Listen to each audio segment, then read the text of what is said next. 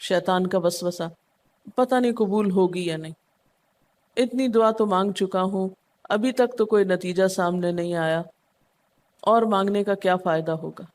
کیا واقعی دعا مانگتے ہوئے یہ وسوسہ نہیں آتا سب کو؟ یا یہ مایوسی کی کیفیت نہیں آتی، میری تو نہیں سنی جا سکتی، معلوم نہیں وہ کون خوش قسمت ہیں جن کی دعائیں سنی جاتی، اس لیے چلو کسی اور سے کہہ دیتے ہیں وہ میرے لیے دعا کر دے، اپنے لیے خود کیا کرنا۔ تو شیطان ہمیشہ دعا مانگنے کے عمل میں رخنا ڈالتا ہے، خلل پیدا کرتا ہے، کیونکہ دعا ایک ایسا عمل ہے جو اللہ اور بندے کے درمیان ایک محبت کا تعلق پیدا کرتا ہے، ایک اپنائیت کا تعلق پیدا کرتا ہے، ایک تقرب کا تعلق پیدا کرتا ہے۔ جب انسان اپنے رب سے مانگتا ہے تو اس کا احسان مند ہوتا ہے، اس کے قریب آ جاتا ہے، اور مانگتا انسان کس سے ہے؟ جس پر مان ہوتا ہے، جس پر یہ یقین ہوتا ہے کہ وہ دے گا، جس پر اعتماد ہوتا ہے کہ وہ میرا بہت خیر خواہ ہے، میرا بھلا کرنے والا ہے۔ انسان ہر ایک سے نہیں مانگ سکتا، ہر ایک کے سامنے اپنی ضرورت نہیں رکھ سکتا۔ تو اگر دیکھا جائے تو ایک اللہ کی ذات ایسی ہے کہ جس سے یہ ساری توقعات پوری ہو سکتی، اللہ کے سوا کوئی نہیں کہ جو انسان کے ساتھ ایسا معاملہ کر سکے۔ اس لیے تمہارا رب کہتا ہے کہ مجھ سے مانگو، اس کو پسند ہے بندوں کا مانگنا۔ اچھا، یہ جو دعا ہے اس میں صرف کسی چیز کا براہ راست نام لے کر مانگنا ہی شامل نہیں، یعنی مانگنے کے طریقوں میں صرف ایسا ہی نہیں کہ ہم کہ یا اللہ فلاں چیز مجھ کو دے دے۔ اس کے کئی انداز ہو سکتے ہیں۔ ایک تو یہی براہ راست کسی خاص چیز کا سوال کرنا، یہ بھی بہت اچھا ہے۔ بندوں سے سوال کرنا برا ہے، لیکن اللہ تعالیٰ سے سوال کرنا تو عبادت کا درجہ رکھتا ہے۔ یعنی کتنا پیار آتا ہے نا اللہ تعالیٰ پہ کہ ضرورت ہماری ہے اور ہمارے اس مانگنے کے عمل کو بھی عبادت کہہ رہا ہے، کیونکہ ایک تعلق ہے نا، وہ وقت اس کی یاد میں گزرتا ہے، اس کی طرف متوجہ ہو کر گزرتا ہے، اس لیے وہ وقت بھی عبادت بن جاتا ہے، وہ عمل بھی عبادت ہو جاتا ہے۔ تو ایک تو یہ کہ جیسے ہم سوال کرتے ہیں اللہم انی اسألک کہہ کے دعا مانگتے ہیں، یہ جتنی مسنون دعا میں آپ نے دیکھا ہوگا اسألک برابر سوال کا لفظ ہے۔ لیکن کچھ دعائیں ایسی ہوتی ہیں جس میں سوال نہیں کیا جاتا، صرف اللہ تعالیٰ کی حمد و ثنا کر دی جاتی ہے، جیسے حضرت ایوب علیہ السلام نے کہا تھا انی مسنی الضر وانت ارحم الراحمین۔ یہ بھی دعا کا ایک انداز ہے، مانگا کچھ بھی نہیں، بس اپنی تکلیف کا اظہار کر دیا اور اللہ تعالیٰ کی حمد و ثنا کر دی، مجھے تکلیف پہنچی ہے اور آپ سب سے بڑھ کے رحم فرمانے والے۔ یہ بھی نہیں کہا آپ رحم فرمائیے، کہ آپ تو سب سے بڑھ کے رحیم ہیں اور میری تکلیف آپ جانتے ہیں۔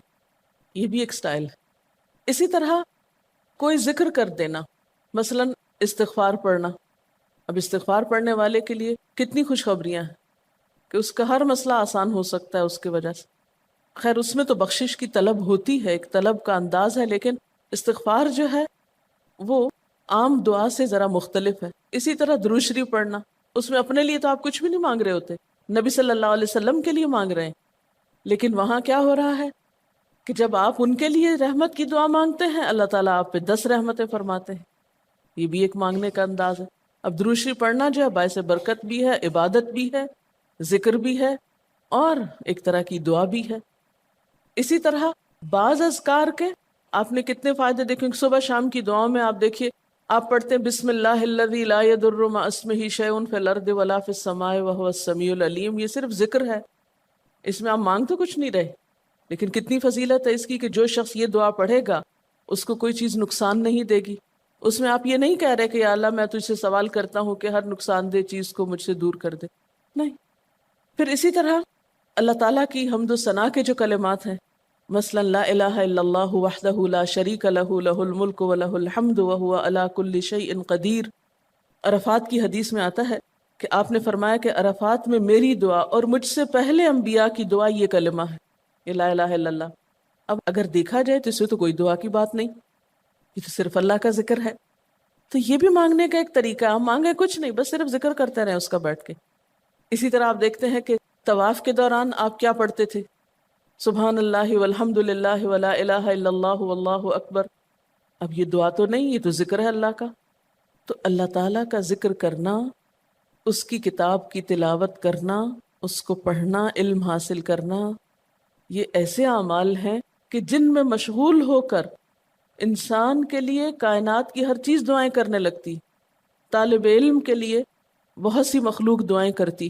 آپ مشغول ہو گئے کسی اور کام میں، خدمت خلق میں یا علم حاصل کرنے میں، اور اللہ تعالیٰ کی مخلوق شروع ہو گئی آپ کے لیے دعائیں کرنا. عرش والے فرشتے آپ کے لیے دعائیں کرنے لگتے ہیں اگر آپ ایمان لا کر اچھے کام شروع کر دیں. تو اللہ سے مانگنے کے مختلف انداز ہیں، ڈائریکٹ مانگنا بھی اور مختلف عبادات کرنا بھی. اسی طرح وَاسْتَعِینُوا بِالصَّبْرِ وَالصَّلَاةِ، مدد مانگو صبر اور نماز سے. ٹھیک ہے، نماز میں انسان بہت سی دعائیں پڑھتا ہے، لیکن اگر مشکل وقت میں انسان صبر کے ساتھ نفل پڑھ کے اللہ تعالیٰ کا ذکر کرے اور اس کو سمجھ نہ بھی آئے کہ کیا دعا مانگو، کیونکہ بعض پریشانیاں ایسی ہوتی ہیں کہ انسان منہ سے کچھ نکال بھی نہیں سکتا، تو یہ نماز بھی کافی ہو جائے گی. وَقَالَ رَبُّكُمُ ادْعُونِي، اور تمہارا رب کہتا ہے مجھے پکارو. اور پکارنے کے کئی انداز ہیں. دل ہی دل میں پکارنا بھی آتا ہے، چپ کے پکارنا بھی آتا ہے، اونچی آواز سے پکارنا بھی آتا ہے، اکیلے پکارنا بھی آتا ہے، سب کے ساتھ مل کے دعا کرنا بھی آتا ہے.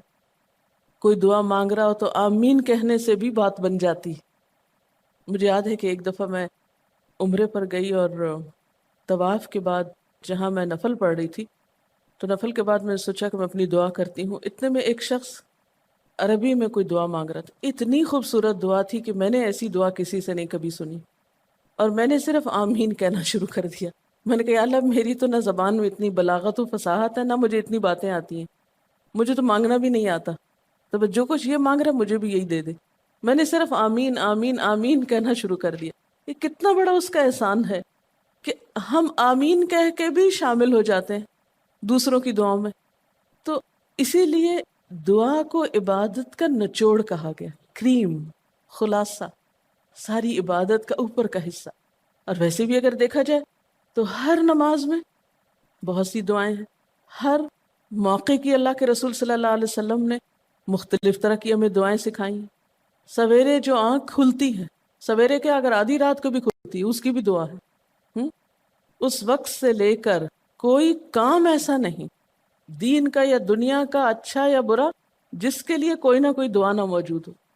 یعنی اتنا خوبصورت عمل ہے دعا مانگنا کہ جس کے لیے کسی خاص چیز کی قید بھی نہیں کہ کہیں بند کے بیٹھو تو ہی مانگو، کہیں پہنچو تو مانگو. نہیں، کہیں بھی مانگو، دن کو مانگو یا رات کو مانگو، کھڑے ہو کے مانگو یا بیٹھ کے مانگو، چلتے پھرتے مانگو یا چپ کے مانگو، منہ سے بولو بھی نہیں اور دل ہی دل میں مانگو تو بھی وہ سن لیتا ہے. کسی بھی طرح مانگ سکتے ہو، کہیں بھی کچھ بھی مانگ سکتے ہو. اس لیے وقال ربکم ادعونی استجب لکم، تمہارا رب کہتا ہے مجھ سے مانگو، میں تمہاری دعا قبول کروں گا. اور آپ کو پتہ ہے کہ ربکم یہ صرف مسلمانوں کا رب نہیں، رب تو ساری مخلوق کا ہے. کافر کا رب بھی وہی ہے، خواہ وہ مانے یا نہ مانے. اس لیے قبولیت دعا کے لیے مسلمان ہونا بھی شرط نہیں. اگر کوئی کافر بھی اللہ کو پکارتا ہے، اپنے رب کو پکارتا ہے، تو وہ اس کی بھی سنتا ہے. اور خصوصاً اگر وہ مظلوم ہو، کسی نے اس پہ ظلم کیا ہو، تو وہ فریاد فوراً اوپر پہنچتی ہے، خواہ وہ مسلمان نہ بھی ہو. اس لیے یہ جو دعائیں ہیں یہ آپ سب کو بتا سکتے ہیں، مسلم نان مسلم سب کو سکھا سکتے ہیں، تاکہ وہ اپنے رب کو پکارے اور رب ان کو ہدایت دے. اور پھر آپ دیکھیں گے کہ دعا کے ذریعے جو اللہ تعالیٰ پر اعتماد بیٹھتا ہے، اور اگر وہ خصوصاً یہ کہ جلدی قبول ہو جائے، تو اس وقت جو ایک خصوصی شکر کی کیفیت آتی ہے. لیکن یہ کہ مایوس نہیں ہونا. بات میں یہ کر رہی تھی کہ اس کے لیے کوئی شرط نہیں کہ کوئی شخص بہت نیک مسلمان ہو یا بہت اچھا مسلمان ہو، وہ تو گناہ گاروں کی بھی سنتا ہے. اس لیے بعض اوقات لوگ جب مایوس ہونے لگتے ہیں نا کہ ہم تو بہت گناہ گار ہیں، ہماری نہیں سنی جائے گی، تو انہیں مایوس نہیں ہونا چاہیے. مایوس ہو کے کہاں جائیں گے سننے؟ کس سے مانگنے جائیں گے؟ ان کو بھی پکارنا چاہیے، خواہ کوئی کیسے بھی گناہ میں ڈوبا ہوا، کیسی بھی حالت میں ہو، اور اس کے لیے بھی مانگنا چاہیے. حتیٰ کہ کافر جب تک زندہ ہے، اس کی صحت کے لیے، اس کی ہدایت کے لیے، اس کی خیرخواہی بھلائی کے لیے بھی آپ خوب دعائیں مانگ سکتے ہیں. آپ صلی اللہ علیہ وسلم ابو جہل کے لیے بھی دعا کرتے تھے، یا حضرت عمر کے لیے کہتے تھے کہ ان دونوں میں سے کسی ایک کو تو ضروری ہدایت دے. تو دعا ہر حال میں فائدہ دیتی ہے. ان مصیبتوں میں بھی فائدہ دیتی ہے جو اتر چکی ہیں، ان میں بھی دیتی ہے جو نہیں اتری. دعا تو ابلیس کی بھی قبول ہوئی تھی. اس نے قیامت تک زندگی کی دعا مانگی تھی، اس کی بھی قبول کر لی گئی. اس نے کہا تھا قال انظرنی الی یوم یبعثون، قیامت تک کے لیے مجھے مہلت دے کہ میں انسانوں کو بھٹکا سکوں. تو اللہ تعالیٰ نے کہا جاؤ، تمہیں مہلت دی گئی.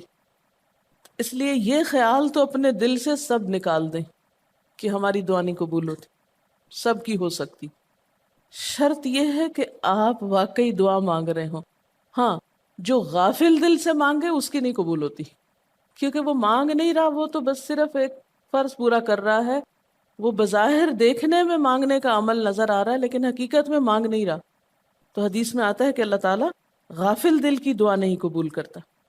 بس کچھ ادب یہ ضرور سکھائے گئے کہ انسان قطع رحمی کی دعا نہ کرے، گناہ کی دعا نہ کرے، غلط کاموں کی دعا نہ کرے، اور پھر ساتھ یہ کہ دعا کرنے کے بعد مایوس نہ ہو، دعا میں جلد بازی نہ کرے، کیونکہ اللہ تعالیٰ نے قبولیت دعا کا وعدہ کر رکھا ہے. استجب لکم، میں قبول کروں گا تمہاری دعائیں. ہاں، یہ ضرور ہے کہ قبولیت کی شکلیں مختلف ہوتی ہیں. بعض اوقات تو انسان کو بالکل وہی مل جاتا ہے جو وہ چاہتا ہے، بعض اوقات وہ نہیں ملتا جو وہ چاہتا ہے، بلکہ وہ دے دیا جاتا ہے جو اس کو زیادہ ضرورت ہوتا ہے.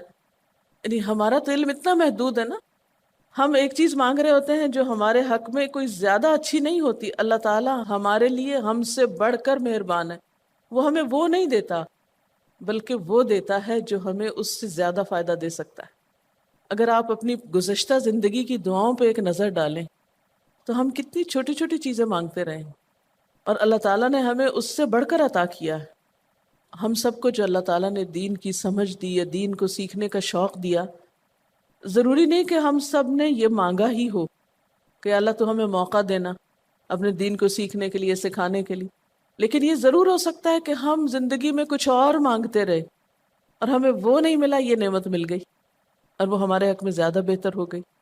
اور یہ ہو سکتا تھا کہ ہمیں وہ چیز مل جاتی اور آج ہم اس چھوٹی سی چیز کو لے کر اس کا شوق بھی پورا کر چکے ہوتے، اس کی ساری اٹریکشن ختم ہو چکی ہوتی. کیونکہ دنیا کی کوئی چیز ایسی نہیں جس کی اٹریکشن ختم نہ ہو جائے یا جس کی ویلیو گھٹ نہ جائے، جو پرانی نہ ہو جائے. لیکن قرآن کا علم ایک ایسا علم ہے جو ہر دم نیا لگتا ہے، ہر دم زندگی دیتا ہے، خوشی دیتا ہے، سکون دیتا ہے، ایک راحت ملتی ہے. یہ پرانا نہیں ہوتا. پھر اسی طرح یہ بھی ہوتا ہے کہ بعض اوقات انسان کی کوئی آفت ٹال دی جاتی. آپ مانگ رہے ہیں رزق، تو وہ رزق میں برکت تو نہیں ہوتی مثلا، لیکن کوئی بیماری آپ سے ٹال دی جاتی کہ خدا نہ خواستہ آپ کو اگر مال مل بھی جائے اور ایسی بیماری لگ جائے کہ سارا مال اس میں ڈوب جائے تو مال بھی گیا اور تکلیف الگ. تو اللہ تعالیٰ اپنی رحمت سے آپ کو زیادہ مال تو نہیں دیتے مگر وہ بہت بڑی بلا سے محفوظ رکھتے ہیں، کسی حادثے سے بچا لیتے ہیں، کسی ایسی پریشانی سے بچا لیتے ہیں کہ جس میں آپ کا سب کچھ ہی کھپ جاتا.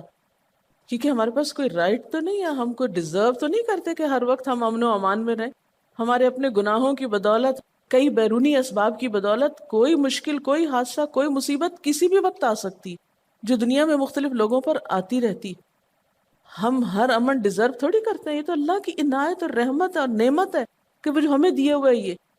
اور یہ عین ممکن ہے کہ ہم کوئی اور دعا مانگتے ہوں اور اللہ تعالیٰ اس کی بجائے ہمیں عافیت میں رکھے ہوئے ہو، ایک پرسکون زندگی دیے ہوئے ہیں ہمیں کہ ہمارے ہاتھ پاؤں سلامت ہیں، ہم بول سکتے ہیں، ہم دیکھ سکتے ہیں، ہم کھا پی سکتے ہیں، ہم چل پھر سکتے ہیں، ہم کسی کے محتاج نہیں ہیں. کتنا بڑا احسان ہے اس کا. اس لیے اگر کوئی دعا وقتی طور پر بعین ہی قبول نہیں ہوتی، بعین ہی کا کیا مطلب ہے؟ ایز اٹ از، جس طرح ہم چاہتے ہیں، تو بھی کوئی بات نہیں، صبر کرنا چاہیے. لیکن یہ نہیں سوچنا چاہیے کہ نہیں اللہ تعالیٰ دعا نہیں سنتا. ایک اور جگہ پر بھی فرمایا وَإِذَا سَأَلَكَ عِبَادِي عَنِّي فَإِنِّي قَرِيبٌ أُجِيبُ دَعْوَةَ الدَّاعِ إِذَا دَعَانِ فَلْيَسْتَجِيبُوا لِي وَلْيُؤْمِنُوا بِي لَعَلَّهُمْ يَرْشُدُونَ. جب میرے بندے آپ سے میرے بارے میں سوال کریں تو آپ بتا دیجئے کہ میں قریب ہوں، بہت قریب ہوں. اجیب دعوت الداعی، میں پکارنے والے کی پکار کا جواب دیتا ہوں. استجب لکم، قبول کرتا ہوں. یہ ایسے ہی دل کے بہلانے کے لیے نہیں کہا گیا، یہ حقیقت ہے، یہ سچ ہے، اس پر ہمارا ایمان اور یقین ہونا چاہیے پختہ، اور اس کو چھوڑ کر اوروں کے پاس نہیں جانا چاہیے، کسی اور سے نہیں مانگنا چاہیے، صرف اسی سے مانگنا چاہیے، کیونکہ یہ عبادت بھی ہے اور پھر وہ ہر چیز دینے کے قابل بھی ہے، اس کی قدرت، اس کا علم، اس کی رحمت ہر چیز پہ چھائی ہوئی ہے، اس لیے اس سے مانگتے چلے جاؤ، اور پھر کبھی ایک انداز سے، کبھی دوسرے انداز سے، کبھی تیسرے انداز سے، لیکن اس سے ہمیشہ اچھی امید رکھو، لا تقنطوا من رحمت اللہ۔ لیکن اس کے ساتھ ساتھ ہمیں کچھ فارمل آداب بھی سکھائے گئے ہیں، ایٹ ٹائمز ان کا بھی لحاظ رکھنا چاہیے، یعنی ہر وقت دعا مانگنے کے لیے فارمل انداز اختیار کرنے کی ضرورت نہیں ہے۔ مثلا صبح شام کے اذکار ہیں، چلتے پھرتے آپ پڑھ سکتے ہیں۔ اب مثلا باتھ روم میں داخل ہونے کی دعا ہے تو اب آپ پہلے سے تسبیح اور درود شریف تو نہیں اس کے پڑھیں گے، یا نکل کے وہ ساری فارمیلٹیز تو نہیں پوری کریں گے جو دعا کے اول آخر کی جاتی ہیں عموماً جب فارمل دعا مانگی جاتی۔ تو ایٹ ٹائمز آپ بس ڈائریکٹ دعا مانگ لیں، ایٹ ٹائمز آپ پوری فارمیلٹیز کے ساتھ مانگ لیں، اور اس میں آپ دیکھیے کہ فارمل دعا مانگنے کا طریقہ کیا ہے کہ اللہ تعالیٰ کی حمد و ثنا سے شروع کیا جائے، نبی صلی اللہ علیہ وسلم پر درود بھیجا جائے، پھر اسی طرح یہ ہے کہ دعا میں عاجزی ہونی چاہیے، مانگنے کا انداز غالب ہونا چاہیے، شعر کے انداز میں چیخ چلا کے دعا نہیں مانگنی چاہیے، یا تقریر کے انداز میں دعا نہیں مانگنی چاہیے، امید اور خوف کے درمیان اعتدال کے ساتھ، پھر اسی طرح یہ کہ دعا میں مبالغہ آرائی نہیں کرنی چاہیے، پھر اسی طرح کچھ چیزیں ایسی ہیں کہ جن کا اگر اہتمام کبھی ہو سکے کبھی کبھار تو بہت اچھا ہے، اور خصوصی جو قبولیت کے اوقات ہیں ان کا لحاظ رکھتے ہوئے ان مواقع سے فائدہ اٹھانا چاہیے، مثلا رات کے تیسرے حصے میں یعنی سحر کے وقت، پھر اسی طرح اذان اور اقامت کے درمیان، صف میں کھڑے ہو کر، صدقہ کرنے کے بعد، کوئی بھی نیکی کا کام کرنے کے بعد، عصر کی آخری گھڑی میں، جمعے کے دن ایک خاص گھڑی میں، سجدے میں دعا، رات کو آنکھ کھل جانے پہ دعا، امر بالمعروف اور نہی عن المنکر کے بعد دعا، تلاوت قرآن کے بعد دعا، عرفہ کے دن کی دعا، رمضان کے مہینے میں خصوصاً روزہ افطار کرتے وقت دعا، پھر عادل امام کی دعا، مسافر کی دعا، بارش کے وقت کی جانے والی دعا، یہ خاص قبولیت کے اوقات اور اسباب ہیں، پھر اتحیات اور درود شریف کے بعد کی جو دعا ہے جو ہم بیٹھ کے نماز کے آخر میں پڑھتے ہیں، یہ بھی صرف رب جعلنی تک ہی نہیں بلکہ اس سے زیادہ دعائیں بھی ہیں۔ پھر اسی طرح جب اللہ تعالیٰ پر بہت پیار آ رہا ہو، بہت دل اس کی طرف متوجہ ہو، کیونکہ اللہ تعالیٰ غافل دل کی دعا نہیں سنتے، تو جب دل بہت متوجہ ہو تو فوراً دعا کے بھی فائدہ اٹھا لیں۔ اسی طرح اضطراری کیفیت میں، بہت بے چینی کے وقت، جب کچھ سمجھ میں نہ آ رہا ہو، بیماری کے وقت، پھر اسی طرح سفر کے وقت، پھر اولاد کی دعا ماں باپ کے لیے، ماں باپ کی دعا اولاد کے لیے، استاد کی دعا شاگردوں کے لیے، شاگردوں کی دعا استاد کے لیے، اور جب دعا مانگے تو انداز کیا ربنا اغفر لی ولوالدی وللمؤمنین، اپنی ذات سے شروع کر کے والدین یا قریبی لوگوں کے بعد پھر سب کے لیے عام دعا، پھر اسی طرح وضو کے بعد کی دعا، کعبہ کو دیکھتے وقت جب پہلی نظر سے دیکھیں، پھر حتیم کے اندر، پھر سعی اور طواف کرتے وقت دعائیں پڑھنا، پھر مزدلفہ میں۔ لیکن یاد رکھیے کہ ان قبولیت کے خاص مواقع اور مقامات کے علاوہ دعا تو کسی بھی وقت کی جا سکتی اور کوئی بھی گھڑی قبولیت کی گھڑی ہو سکتی، اس لیے ہمیشہ دعا مانگتے وقت یہ یقین رکھیں کہ اللہ تعالیٰ قبول کرے گا، مایوسی کے ساتھ دعا نہ ہو، کیونکہ جتنی ہماری دعا کے اندر یقین کی کیفیت ہوگی اتنا ہی انشاءاللہ قبولیت کے چانسز زیادہ ہوں گے۔ یعنی عزم کے ساتھ دعا مانگنی چاہیے، یہ نہیں کہنا چاہیے یا اللہ تو چاہے تو قبول کر، نہیں چاہتا تو نہ کر، یہ نہیں کہنا چاہیے کبھی بھی، نہیں یا اللہ تو کر سکتا ہے تو قبول فرما۔ پھر اسی طرح آپ دیکھیں کہ مظلوم کی بد دعا جو ہے وہ بہت تیزی سے قبول ہوتی، کہتے ہیں نا مظلوم کی بد دعا سے بچو کیونکہ وہ کہاں جا پہنچتی ہے؟ ساتویں آسمان تک۔ اور پھر آپ دیکھیے کہ نبی صلی اللہ علیہ وسلم نے فرمایا لا يرد القضاء الا الدعاء، قضا کو کوئی چیز نہیں ٹال سکتی مگر دعا، یعنی تقدیر بھی بدل دیتی۔ آپ صلی اللہ علیہ وسلم نے فرمایا آدمی جب کبھی اللہ سے دعا مانگتا ہے اللہ تعالیٰ اسے یا تو وہی چیز دے دیتا ہے جس کی اس نے دعا کی تھی، یا اس درجے کی کوئی بلا آنے پہ اس سے روک دیتا ہے۔ آپ صلی اللہ علیہ وسلم نے فرمایا بندے کی دعا قبول کی جاتی ہے بشرطے کہ وہ کسی گناہ کی یا قطع رحمی کی دعا نہ کرے اور جلد بازی سے کام نہ لے۔ عرض کیا گیا جلد بازی کیا ہے یا رسول اللہ؟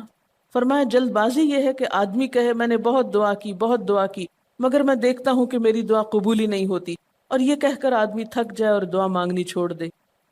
نہیں، دعا سے کبھی نہ تھکے، اس لیے کہ اللہ کی نگاہ میں دعا سے بڑھ کر کوئی چیز باوقت نہیں۔ لیس شیء اکرم علی اللہ من الدعاء۔ اور پھر خصوصاً اللہ کا فضل مانگنا، قرآن پاک میں بھی اللہ تعالیٰ فرماتے ہیں وَاسْأَلُوا اللَّهَ مِنْ فَضْلِهِ، اللہ سے اس کے فضل کا سوال کرو۔ پھر اسی طرح عافیت کی دعا کہ اللہ تعالیٰ ہر حادثے مصیبت تکلیف پریشانی سے بچا کر رکھے، یہ دعا بھی بہت پسندیدہ ہے اللہ تعالیٰ کے نزدیک۔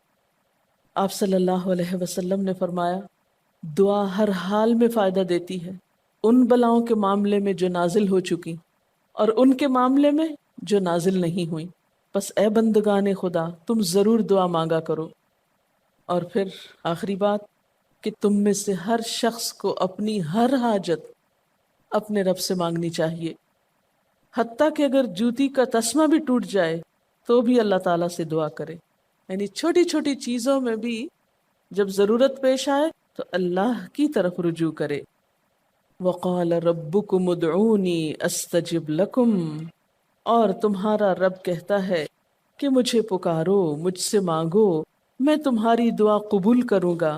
ان الذین یستکبرون عن عبادتی، بے شک وہ لوگ جو میری عبادت یعنی دعا سے تکبر کرتے ہیں، یعنی مجھ سے تکبر کی بنا پر نہیں مانگتے، جیسا کہ حدیث میں بھی آتا ہے من لم یسأل اللہ یغضب علیہ، جو اللہ سے نہیں مانگتا اللہ اس پہ غضبناک ہوتا ہے، یعنی جو دعا نہیں کرتا اللہ تعالیٰ اس سے ناراض ہوتا ہے، کیونکہ وہ تو بے تعلق ہو گیا نا اپنے رب سے نہ مانگ کر، اور خصوصاً تکبر کی وجہ سے۔ ایسے لوگوں کی جزا کیا ہے؟ سیدخلون جہنم داخرین، ان